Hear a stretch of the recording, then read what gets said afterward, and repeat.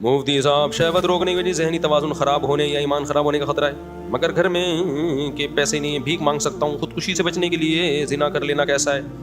خودکشی کر لے بھائی تو. یہ جو اپنے آپ کو اتنا مجبور سمجھ بیٹھتے ہیں نا کہ اب مجھے عورت نہیں ملی تو میں تو مر جاؤں گا، یہ اپنے اوپر آپ نے شہوت کو مسلط کر لیا ہے. میں مانتا ہوں کہ نوجوان آدمی پہ شہوت بہت دماغ میں مسلط ہوتی ہے، اگر وہ حلال طریقہ نہ ملے اس کو تو بہت ساری برائیوں کی طرف جانے کا خطرہ ہوتا ہے. لیکن ایک بات خوب سمجھو، اس میں بھی بیلنس ضروری ہے. آپ جب اپنے آپ کو بزی کر لو مفید کاموں میں اور دماغ وہاں سے ہٹاؤ تو یہ کوئی ایسی چیز نہیں ہے جو 24 گھنٹے آپ کے ساتھ چپکی رہے. جو لوگ ہینڈ پریکٹس کرتے ہیں نا، کہتے ہیں ہمیں نیند نہیں آتی، ہم پہ شہوت مسلط ہو جاتی اور یہ ہو جاتا ہے وہ ہو جاتا ہے. او بھائی تو بستر پہ لیٹ کے سوچ کیوں رہا ہے؟ تو بستر پہ جا اس ٹائم پہ جب نیند کا شدید غلبہ ہو، شدید نیند آ رہی ہو، بستر پہ لیٹتے ہی آنکھ لگ جائے گی. یہ کمبخت پہلے جائے گا، لیٹے گا، پھر خیالی پلاؤ چلائے گا، پھر ٹک ٹاک پہ لڑکیوں کی ویڈیوز دیکھے گا، پھر فوش فلم دیکھے گا، پھر کہہ رہے شہوت میرے کنٹرول میں نہیں ہے اور میں خودکشی کر رہا ہوں. تو مر جا بھائی. تو کیا کہہ رہے ہیں زندہ رہے تو لوگوں کو تو زنا کر کے عورتوں کو بھی خراب کرے گا، ماحول کو خراب کرے گا. اب ایسا نہ ہو کہ واقعی میں مر جاؤ، مرو لیکن جاؤ سیدھا جہنم میں، کیونکہ خودکشی کرنے والا مرتے ہی کہاں جاتا ہے؟ آگ میں جاتا ہے وہ.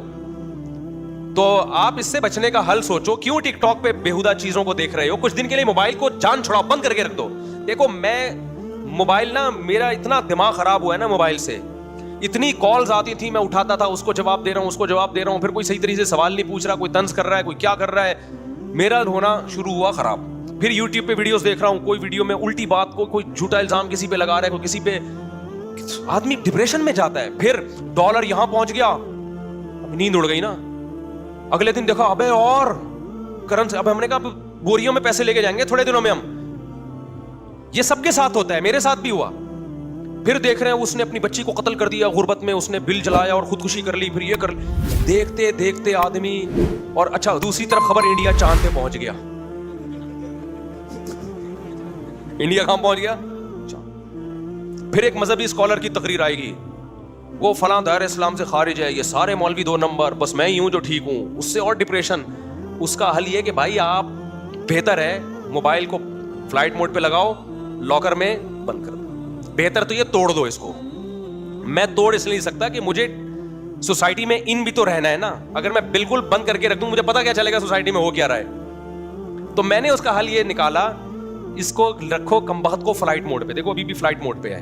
20 لوگ کال کر رہے ہو کہ گالیاں دے رہے ہوں گے، مجھ سے صاحب فون کیوں نہیں اٹھا رہے؟ ڈپریشن دینا سیکھو.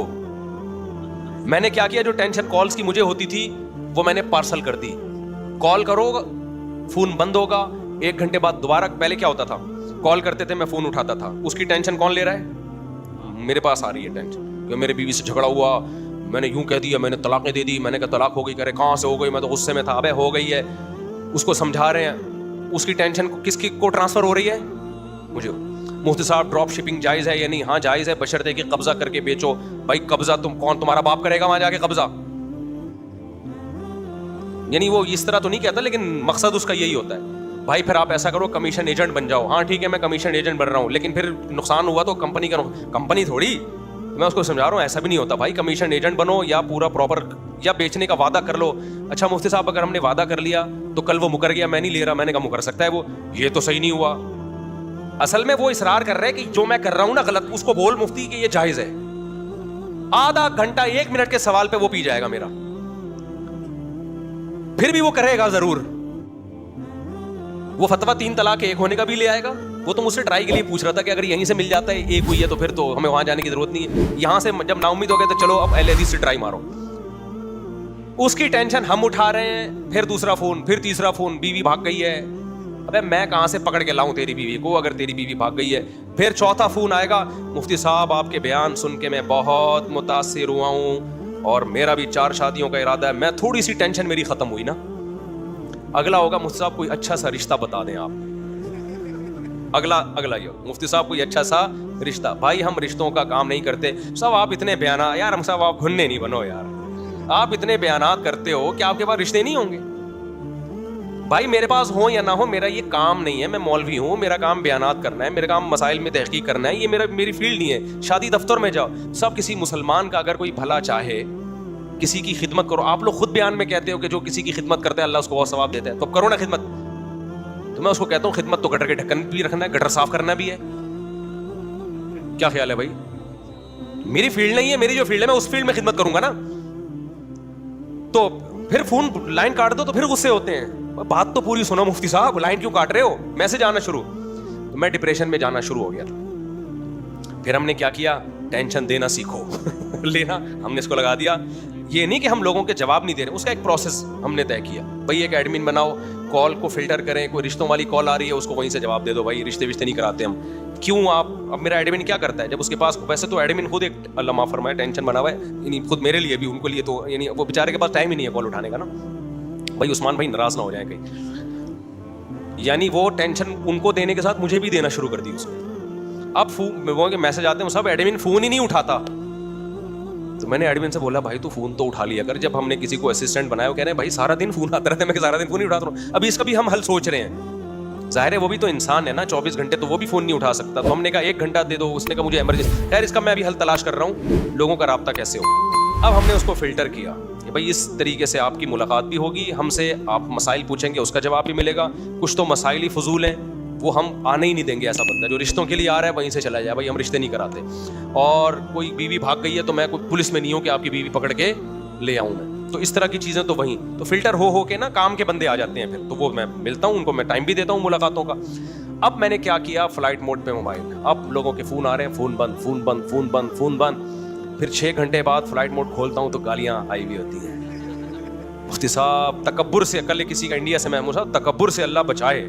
تو میں کہتا ہوں ٹینشن اب لینے کی نہیں ہو رہی, کس کی ہو رہی ہے؟ ہاں تکبر بہت بری چیز ہے. تو میں آپ کو اس لیے سمجھا رہا ہوں میرے بھائی, اپنی کھوپڑی کی نا آپ نے خود حفاظت کرنی ہے, کوئی دوسرا آپ کی حفاظت نہیں کرے گا. اور اس زمانے میں کھوپڑی کو خراب کرنے والی چیزوں میں سب سے زیادہ مؤثر چیز موبائل ہے. جس کو بیٹھے بیٹھے پاگل ہونے کا شوق ہو, پہلے زمانے میں بھی پاگل ہوتے تھے, کوئی پتھر لگا سر پہ, گہری چوٹ آئی, پاگل ہو گئے. سمجھ میں آتا ہے بھائی پتھر لگنے سے انسان کیا ہوتا ہے, پاگل. بائک پہ جاتے ہوئے گر گیا بغیر ہیلمٹ کے, سر پہ گہری چوٹ آئی, پاگل ہو گیا. بیوی ایسی ملی, اتنی خطرناک بیوی ملی, 2-4 سال تک برداشت کیا, 5-6 سال, 10 سال کے بعد جا کے شوہر کیا ہو گیا, پاگل. سمجھ میں آتا ہے 10 سال بیوی سے فائدہ بھی اٹھایا تو چلو اس کی ٹینشن بھی.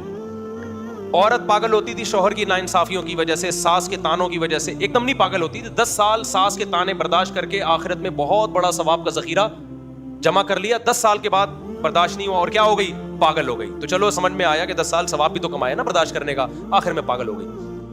اب جو پاگلوں کے کیسز سامنے آ رہے ہیں, بیٹھے بیٹھے کیا ہو رہا ہے, پاگل. وہ کیسے ہو رہا ہے پاگل؟ سونے کے لیے لیٹا, موبائل میں دیکھا جی مولانا طاری بل صاحب کا بیان آیا ہے, اس کے نیچے پھر کچھ نیگیٹو کمنٹس پڑھنا شروع کر دیا. بھائی یہ مولوی ایسے آئین سائن کے ساتھ مولانا طاری بل صاحب کی تصویر, وہ کیا کر رہا ہے, یہ کیا کر رہے ہیں. اب جو مذہب سے محبت کرنے والا ہے وہ ڈپریشن میں جانا شروع ہوگا. تھوڑی دیر میں آیا ڈالر مزید مہنگا ہو گیا. تیسرے نمبر پہ پیٹرول مزید مہنگا ہو گیا. چوتھے نمبر پہ اتنے لوگ پاکستان سے بھاگ رہے ہیں. آپ کہتے ہو میں تو بھاگ نہیں سکتا, میرے پاس تو پیسہ ہی نہیں ہے. یہ خبریں پڑھ کے سن کے اور پھر مولویوں کی آپس کے جھگڑے بھی ہوتے ہیں اس میں. وہ مولوی کہہ رہے یہ ایسا ہے, وہ دوسرا مولوی کہہ رہا ہے یہ ایسا ہے, تیسرا مولوی کہہ رہا ہے یہ ایسا ہے. کوئی خواتین کے حقوق پہ بات کر رہا ہے تو خواتین کو ایسا بنا کے پیش کرتا ہے, کوئی مردوں کے حقوق پہ بات کر رہا ہے تو ایسا. اتنی کھچ پچ کھچڑیاں پکتے پکتے بیٹھے بیٹھے پاگل ہونا, کسی کو دیکھنا ہونا, تو اس طریقے سے انسان کیا ہو جاتا ہے, پاگل ہو جاتا ہے. اس کا طریقہ یہ ہے میرے بھائی, اپنی جانوں پہ رحم کرو, موبائل کو اٹھا کے لاکر میں رکھ دو. میں اس لیے نہیں رکھ پا رہا کہ مجھے سوشل میڈیا میں ان رہنا پڑتا ہے, سمجھ. اچھا پاگلوں کی ایک اور قسم بھی ہے جو لوگوں کو پتہ نہیں ہے لیکن وہ بھی پاگل ہوتے ہیں. وہ ہوتے ہیں جو ولاگرز کو دیکھ رہے ہوتے ہیں, وہ ولاگز جن کا آپ کی عملی زندگی سے کوئی تعلق نہیں, وہ بھی پاگل ہوتے ہیں. ولاگرز نے اس طرح بھی پاگل کیا, لیٹرین میں بیٹھا ہوا ہے. اب میں آیا ہوں تھکا ہوا ہوں, میں واش روم میں, شکر ہے نیچے والا پورشن نہیں دکھا رہا, صرف اوپر کا دکھا رہا ہے. میں بیٹھا ہوا ہوں, لوگ دیکھ رہے ہیں, ملینز لوگ دیکھ رہے ہیں, ملینز لوگ. خواتین کے, میں آٹا گوندھ رہی ہوں, میں آلو کاٹ رہی ہوں. اب میں صبح اٹھ کے میں آلو کاٹتی ہوں, پھر میرے بچے اسکول جاتے ہیں, ایکچولی میں ان کو وین میں بٹھاتی ہوں, بہت کام ہوتے ہیں میرے سارا دن. ملینز لوگ دیکھ رہے ہیں یار. ہمارے دیسی گھی پہ اعتراض ہو رہا ہے, جس میں ہم نے تھوڑا میسج دیکھ دیا کہ یار دیکھو بچے کتنے پیارے ہوتے ہیں, اچھے لگتے ہیں نا باپ کے ساتھ کام میں ہاتھ بٹا رہے ہو. اور واشنگ مشین پہ اعتراض ہو رہا ہے کہ واشنگ مشین, وہ کپڑے دھونے والی واشنگ مشین نہیں تھی بھائی, وہ تھی گھی کے لیے, اس میں کبھی کپڑے نہیں دھلے. اچھا خیر, تو لیٹرین میں بیٹھا ہوا ہوں میں بہت تھک گیا ہوں, اب میں نے سونا ہے, اب میں برگر کھا رہا ہوں, اب میں بوتل پی رہا ہوں.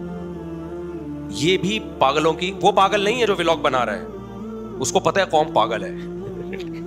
اس کو کیا پتہ ہے, اس کو پتہ ہے قوم کیا ہے. وہ تو بہت عقل مند, ان کو تو میں اپریشیٹ کرتا ہوں کہ یار اس بے روزگاری میں تمہارے پاس کوئی ہنر نہیں تھا, کتنا اللہ نے تمہیں دماغ دیا ہے کہ کیسے پیسہ کمایا جاتا ہے. حلال تو ہے, میں حرام نہیں کہہ رہا اس پیسے کو, پاگلوں سے تو پیسے کمانا بہت ثواب کی بات ہے. لیکن قوم پہ ہوتا ہے کہ یہ بھی تھوڑے دنوں میں تم بھی پاگل ہو جاؤ گے. پھر نا وہ ولاگرز ہیں نا, جب آپ نے آج ان کا ولاگ دیکھا, وہ لیٹرین میں بیٹھا ہوا تھا اور آپ کا ڈیٹا ہی ختم ہو گیا, ان کو یہ ٹینشن ہوتی ہے یار جہی سے بیلنس ڈلواؤ, اٹھا کب ہے لیٹرین سے, واش روم سے بیلنس ڈلواؤ, بیلنس یہ دیکھنے کے لیے کہ واش روم میں بیٹھا ہی تو نہیں ہے ابھی تک. صبح اٹھ کے دیکھتے ہیں سب سے پہلے کہ یار کوئی نیا کلپ آیا ہے ان کا کہ نہیں آیا. تو اس کا مطلب آپ مینٹلی کیا ہو چکے ہو, پاگل. پاگلوں, دیکھو کسی نفسیاتی ڈاکٹر کے پاس بیٹھو جو خود پاگل نہ ہو, تو وہ تمہیں بتائے گا there are various types of پاگلز. جتنی پاگلوں کی قسمیں دریافت ہوئی ہے نا, اتنی دنیا میں کسی چیز کی قسم نہیں ہے. جو بھی تھوڑا بہت ایب نارمل ہے نا, اس کا مطلب وہ تھوڑا سا پاگل ہے, تھوڑا سا پاگل ہے. مثال کے طور پر کچھ لوگوں کو دیکھا ہوگا بیٹھے ہوئے ہیں نا, یوں ٹانگ ہلا رہے ہوتے ہیں, دیکھا ہے آپ نے بھائی, آپ نے دیکھا ہوگا بیٹھے ہوئے نا یوں. آپ مذاق سمجھ رہے ہیں, حقیقت میں یہ پاگل ہے. آپ یہ نہ سمجھیں کہ یہ کہیں نہ کہیں ایب نارملٹی اس بندے میں ہے, ورنہ نارمل آدمی بیٹھا ہے تو یوں آرام سے بیٹھا ہوگا, یوں کر کے ٹانگ. ہمارے حضرت مفتی رشید احمد صاحب کے پاس جب کوئی آتا تھا نا, ایک صاحب آئے, بڑے زبردست آدمی تھے, بڑے آفیسر تھے وہ, تو وہ میز پہ ایک وہ رکھی ہوئی تھی پلاسٹک نا, جو میزوں کے اوپر نہیں رکھی ہوتی, تو وہ بیٹھے ہوئے حضرت سے بات کر رہے ہیں, پلاسٹک کو نا یوں کر کے گھما رہے ہیں, یوں فولڈ کرتے ہیں پھر سیدھا. میں حضرت کے چہرے کو دیکھ رہا تھا, حضرت کا چہرہ غصے سے لال پیلا ہو رہا تھا, حضرت کا بس نہیں چل رہا تھا, بھائی تو چھوڑ دے آرام سے بیٹھنا, ہمیں الجھن ہو رہی ہے دیکھ. لیکن مہمان تھے اکرام میں, کچھ کہہ نہیں رہے تھے.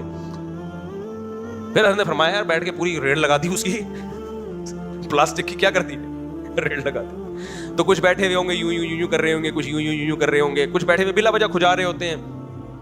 ایک نفسیاتی ڈاکٹر نے بتایا کہ ہمارے پاگل خانے میں نا ایک شخص آیا, تو بالکل نارمل تھا, ہم اس سے بات چیت کرتے تھے, ہمیں لگا یار یہ تو کہیں سے بھی پاگل نہیں ہے, تو یہ تو بہترین صحیح نا آدمی ہے. کہنے جب وہ سونے کے لیے لیٹا نا, تو سر یوں اوپر رکھا ہوا ہے اس نے, تکیے پہ نہیں لگایا ہوا, تکیے سے تھوڑا اوپر. ڈاکٹر کہتے ہیں, میں نے کہا تیری گردن میں درد ہو جائے گا. اس نے کہا یہ تکیہ پہلے سے ایک اور اوپر رکھا ہوا ہے, نیچے رکھا ہوا ہے. یعنی اس کو یہ وہم ہو گیا تھا کہ یہ 2 تکیے ہیں, ہر جگہ اس کو یہی وہم ہوتا تھا. میں سمجھا پا رہا ہوں اپنی بات؟ اگر آپ پاگل نہیں ہیں تو میری بات سمجھ میں آ جائے گی.